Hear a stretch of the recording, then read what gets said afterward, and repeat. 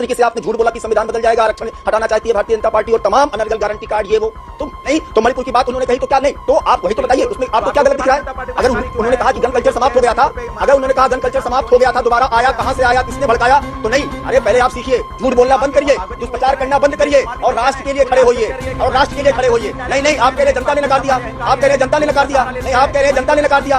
अरे आप, अरे झूठ का सहारा आपने लिया, आपने झूठ बोला कि संविधान बदल जाएगा, आपने झूठ बोला कि आरक्षण खतरे में है, आपने झूठ गारंटी कार्ड मांगा। उन माताओं बहनों को आप पैसा देंगे, उन माताओं बहनों को आप पैसा देंगे जिनको आपने गारंटी कार्ड बांटा है, झूठ की राजनीति करते हैं।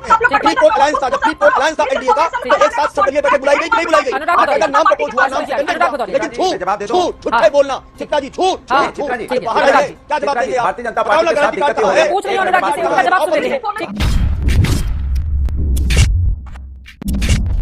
हेलो नमस्कार, जय हिंद और सभी को जय श्री राम। दोस्तों, कांग्रेस में सुप्रिया सुनेत, समाजवादी पार्टी में अनुराग भदौरिया और आरजेडी की कंचना यादव, ये लोग लगता है कुटने के लिए ही पैदा हुए हैं और बने हैं और राजनीति के अंदर आए हैं। ऐसी कोई डिबेट नहीं जाती है जब इन्हें कोई ना कोई खुराक ना दे दे, लेकिन जब एंकर या किसी पार्टी के प्रवक्ता खुराक देते हैं तो समझ आता भी है। लेकिन आजकल इन्होंने जब प्रवक्ता नहीं आते किसी पार्टी के तो ये राजनीतिक विश्लेषकों से भी खुराक खाने में पीछे नहीं हटते हैं। ऐसा ही कुछ आज की डिबेट के अंदर हुआ। डिबेट चल रही थी दरअसल जो आरएसएस प्रमुख ने अभी बीजेपी को लेकर जो बयान दिया है इस पर, लेकिन इस पर भी एक राजनीतिक विश्लेषक ने इन दोनों को अच्छे से कूट दिया। दोस्तों, डिबेट वीडियो बहुत ही इंटरेस्टिंग होने वाली है। आपसे रिक्वेस्ट है डिबेट वीडियो को पूरा देखें, चैनल पर नए हैं तो चैनल को सब्सक्राइब करें और बेल आइकन ऑन जरूर कर लें। तो ज्यादा बात नहीं करते तो पहले वीडियो में चलते हैं। पिक्चर चालू करो बे। उसके बाद में फौरन आपके पास आऊंगी। विशाल मिश्रा जी, यहाँ पर संसदीय दल की बैठक क्यों नहीं हुई है? आशुतोष जी ने ये सवाल उठाए हैं और आरएसएस को लेकर आरएसएस की ओर से ये जो नसीहत दी जा रही है तो ये तो बीजेपी के लिए है, इसमें सीधा संदेश है ना विशाल जी, वो क्यों देने जाएंगे कांग्रेस पार्टी को नसीहत? चित्रा जी, राष्ट्रीय स्वयंसेवक संघ अपने आप में एक अन्योन्य अलंकार है। अन्योन्य अलंकार जब मैं कह रहा हूं तो उसका मतलब होता है कि इस पूरे यूनिवर्स में कोई भी संगठन, कोई भी संस्था ऐसी नहीं है जिसका उससे तुलना किया जा सके। और उसके लिए एक श्लोक है, गगना गगनाकारम सागरा समारोपमा। जैसे गगन की तुलना केवल गगन से की जा सकती है चित्रा जी, वैसे और सागर की तुलना सागर से, वैसे सिर्फ और सिर्फ राष्ट्रीय स्वयंसेवक संघ की तुलना राष्ट्रीय स्वयंसेवक संघ से की जा सकती है। ये बात वो लोग नहीं समझेंगे जो संघ को जानते नहीं है और अपनी, ठीक है, स्वतंत्र है टिप्पणी करने के लिए, लेकिन सही बात अभी आदरणीय राजनीति जी ने कहा कि आइए तो कम से कम जान लीजिए तब टिप्पणी सुन लीजिए। अरे सुनेंगे, कंचन जी भी आधे घंटे से जुड़े हुए हैं। अनुराग जी प्लीज, आपसे गुजारिश है, अच्छा नहीं लगता है, दोनों की बात हो जाए, दोनों की बात हो जाए प्लीज। अनुराग जी, तो कंचन यादव जी का समय भी आप लेकर चले जाएंगे, दोनों को बोल लेने दीजिए, उसके बाद आप बोलिएगा प्लीज। अनुराग भदौरिया को ऑडियो डाउन कर दिया जाए। विशाल जी अपनी बात कीजिए, कंचन जी आ रही हूँ आपके पास। अब देखिए, मैं अनुराग जी को कहना चाहूंगा, मान्यवर सम्मानित प्रवक्ता, आप परम पूजनीय सर संचालक जी के स्टेटमेंट को अपने चश्मे से तो देख रहे हैं, तो उसी में उन्होंने कहा ना कि इस चुनाव में जो है अनर्गल झूठ बोला गया, दुष्प्रचार किया गया, तकनीक का झूठ इस्तेमाल किया गया। आप कह दीजिए कि आप झूठ नहीं बोले कि संविधान खतरे में है, संविधान बदल जाएगा, बोलिए सच है या गलत। मैं माननीय अनुराग भदौरिया जी से यही कह रहा था कि आपने परम पूजनीय संचालक जी को उस बात को तो पकड़ लिया, लेकिन जो उन्होंने जो है करणीय तत्व बताया है कि किस प्रकार से ये मतलब जो हुआ है कि दुष्प्रचार किया गया, तकनीक का इस्तेमाल किया गया, झूठ बोला गया, क्या ये उसको क्यों नहीं मान रहे हैं? किस तरीके से आपने झूठ बोला कि संविधान बदल जाएगा, आरक्षण हटाना चाहती है भारतीय जनता पार्टी और तमाम अनर्गल गारंटी कार्ड ये वो, तो अगर आपको मानना है, आज बहुत आपको उस बात में जो है बड़ी अच्छाई लग रही है, तो पूरी बात को तो मानिए ना। आप केवल एक बात को अपने चश्मे से उठा के जो है देख के बात करना चाह रहे हैं। और दूसरी बात जो मैं ये कह रहे थे कि अभी जनता ने नकार दिया है, तो बताइए ना, चित्रा जी ने 3 बार पूछा था।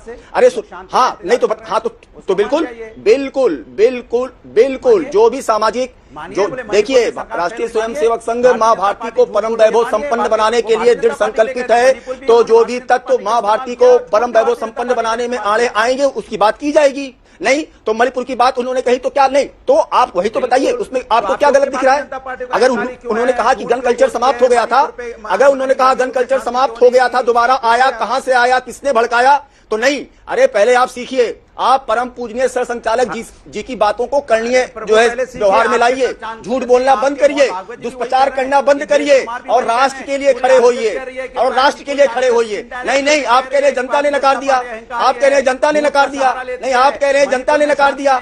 अरे आप, अरे झूठ लेकर सहारा आपने लिया। आपने झूठ बोला कि संविधान बदल जाएगा, आपने झूठ बोला कि आरक्षण खतरे में है, आपने झूठ गारंटी कार्ड मांगा।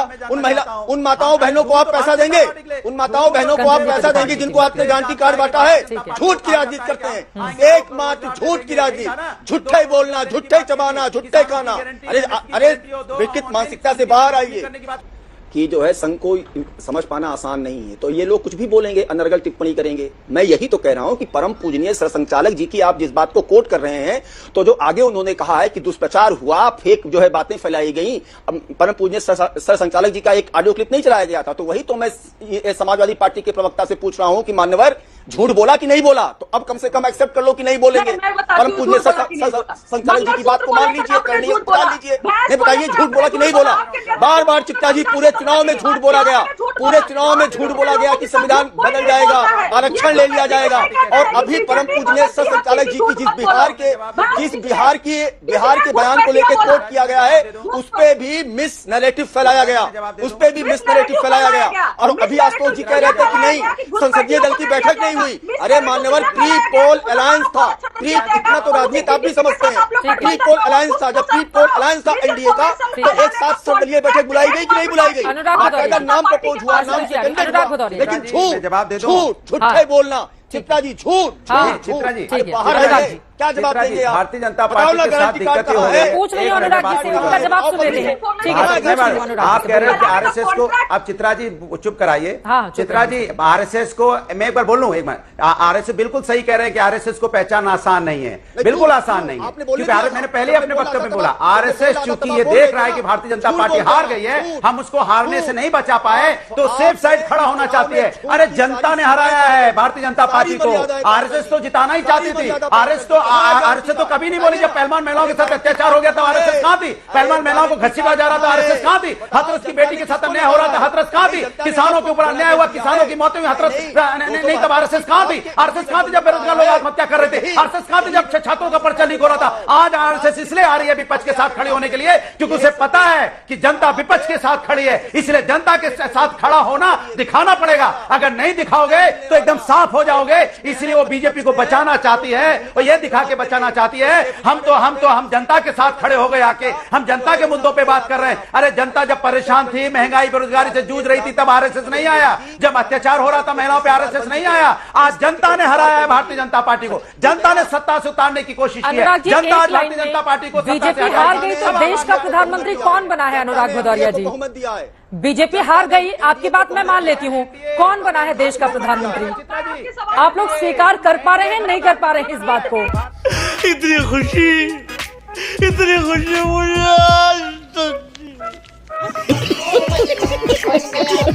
दोस्तों, जब ये हरिया टेप रिकॉर्डर बज रहा था तो देखो इसकी कंचना यादव की शक्ल कैसी हो रही थी। चेहरे पर ऐसी मुस्कुराहट आ रही थी जैसे कितना बड़ा काम कर रहा हो, लेकिन इसे पता नहीं है। जनता इस हरिया काका को जानती है कि ये जिस भी डिबेट में आता है, ये सिर्फ टेप रिकॉर्डर की तरह बजना चालू कर देता है, वही अपना पुराना राग गाने लगता है। बाकी आपको डिबेट वीडियो अच्छी लगी है तो वीडियो को एक लाइक दे दें, और चैनल पर नए हैं तो भाई रिक्वेस्ट है यार, चैनल को सब्सक्राइब जरूर कर दिया करें। बाकी फिर मिलते हैं एक और डिबेट वीडियो के साथ, तब तक के लिए जय हिंद, वंदे मातरम, जय जय श्री राम।